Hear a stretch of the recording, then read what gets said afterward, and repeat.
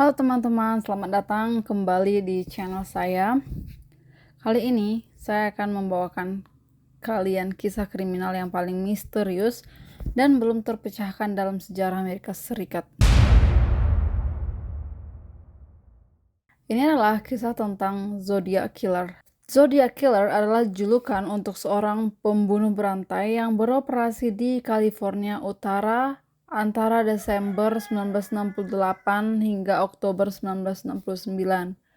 Nama zodiak ini berasal dari serangkaian surat dan sandi kriptik yang dikirimkan oleh pembunuh ini ke surat kabar lokal, di mana ia mengejek pihak berwenang dan mengklaim bertanggung jawab atas kejahatannya. Gila gak sih? Jadi dia itu kayak terang-terangan mengakui kalau dia itu bertanggung jawab atas kejahatannya. Nah, Zodiac Killer ini diyakini telah membunuh setidaknya 5 orang, meskipun beberapa teori menyebutkan bahwa dia mungkin telah membunuh sebanyak 37 orang. Gila gak sih? 37 orang dibunuh. Nah, serangan yang diketahui terjadi di berbagai tempat, termasuk Benicia, Vallejo, Napa County, and San Francisco. Nah, adapun korban-korban daripada si Zodiac Killer ini, yang pertama itu ialah pada tanggal 20 Desember 1968 ditemukan pasangan bernama David Faraday dan Betty Lloyd Jensen ditembak mati di Lake Herman Road di Benicia. Korban yang kedua yang ditemukan ialah Michael Mageau dan Darlene Ferrin yang ditembak di tempat parkir Blue Rock Springs Park di Vallejo pada 4 Juli 1969. Michael Mageau berhasil diselamatkan nyawanya. Yang ketiga adalah Brian Hartnell dan Cecilia Shepard, ditusuk di dekat Lake Berryessa, Napa County pada tanggal 27 Desember 1969. Brian Hartnell selamat, tapi sayangnya Cecilia Shepard meninggal dunia akibat lukanya. Dan yang keempat ada Paul Steen, dia ditembak mati di Presidio Heights, San Francisco pada 11 Oktober 1969. Nah, Zodiac Killer ini mengirimkan surat-surat kepada San Francisco Chronicle dan surat kabar lainnya. Dia menandatangani surat-surat ini dengan simbol yang menyerupai garis bidik senapan. Dia menyertakan 4 sandi kriptik dalam surat-suratnya. 2 diantaranya telah berhasil dipecahkan. Surat-surat tersebut seringkali diawali dengan kalimat, "Ini Zodiac berbicara."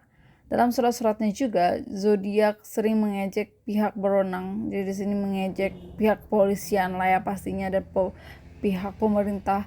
Salah satu contoh ejekannya adalah ketika dia berkata, "I like killing people because it is so much fun." Jadi dari ejekannya ini dia mengakui bahwa dia menyukai membunuh orang karena itu sangat menyenangkan bagi dia. Nah, pernyataan ini menunjukkan betapa tidak berperasaannya si Zodiac ini ya. Jadi kayak psikopat gitulah. Nah, meskipun penyelidikannya ekstensif, Zodiac Killer ini belum pernah tertangkap. Jadi kalian bayangkan gak sih, dia ini psikopat yang kalau dibilang jenius, ya bisa dikatakan jenius juga gak sih? Karena sampai sekarang belum tertangkap, dan dia juga memberikan ejekan, dia juga menuliskan surat, tapi itu kayak sandi kepolisian gitu loh. Nah, dan polisinya juga belum memecahkan semua sandi-sandinya itu. Nah, Departemen Kepolisian San Francisco menandai kasus ini sebagai cold case pada tahun 2004, tetapi kasus ini tetap terbuka di Departemen Kehakiman California. Biro Investigasi Federal atau yang dikenal juga sebagai FBI dan beberapa yurisdiksi lokal. Salah satu tersangka yang paling dikenal adalah Arthur Leigh Allen, seorang mantan guru sekolah dasar dan yaitu pelanggar seksual ya, yang meninggal pada tahun 1992. Nah, kasus Zodiac Killer ini telah menjadi bagian dari hal yang populer lah di Amerika, dan banyak menginspirasi para autor, para penulis, para produser untuk membuat buku, film, dan dokumenter.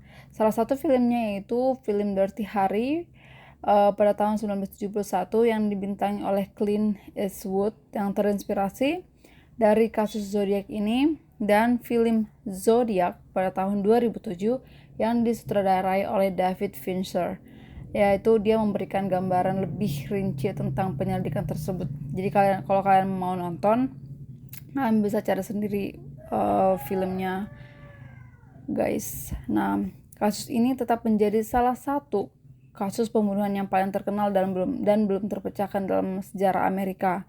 Nah, upaya dari detektif juga dan teknologi forensik juga terus dilakukan ya untuk mengungkapkan kasus ini. Nah, itu guys ceritanya. Jadi menurut kalian gimana, personality ataupun kemampuan akademik itu bisa dikatakan sebagai kemampuan akademik gak sih? Nah, atau kemampuan apapun itu menurut kalian tuh dia tuh gimana ya? Apakah dia ini jenius, psikopat, atau berdarah dingin, atau emang udah gila aja gitu. Nah, menurut kalian gimana? Kalau kalian punya pendapat ataupun opini, kalian silahkan komen di bawah ya. Jika kalian menikmati cerita ini, jangan lupa like, subscribe, dan share ke teman-teman kalian juga. Dan tekan tombol lonceng di bawah untuk mendapatkan notifikasi cerita kriminal menarik berikutnya. Thank you guys, bye.